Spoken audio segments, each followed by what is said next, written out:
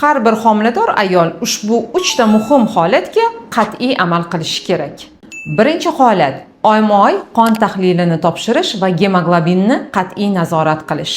Homiladorlikda qon tarkibi tez o'zgaradi va homilador ayollardagi anemiya bolaning o'sishiga bevosita ta'sir ko'rsatadi. Qonda gemoglobin miqdorining 110 dan kam bo'lishi zudlik bilan choralar ko'rilishi kerakligidan dalolat beradi. Ikkinchi holat doimiy siydik tahlilini topshirish. Homiladorlikda buyrakda va siydik yo'llarida turli yallig'lanish kasalliklari va infeksiyalar ko'payishi mumkin.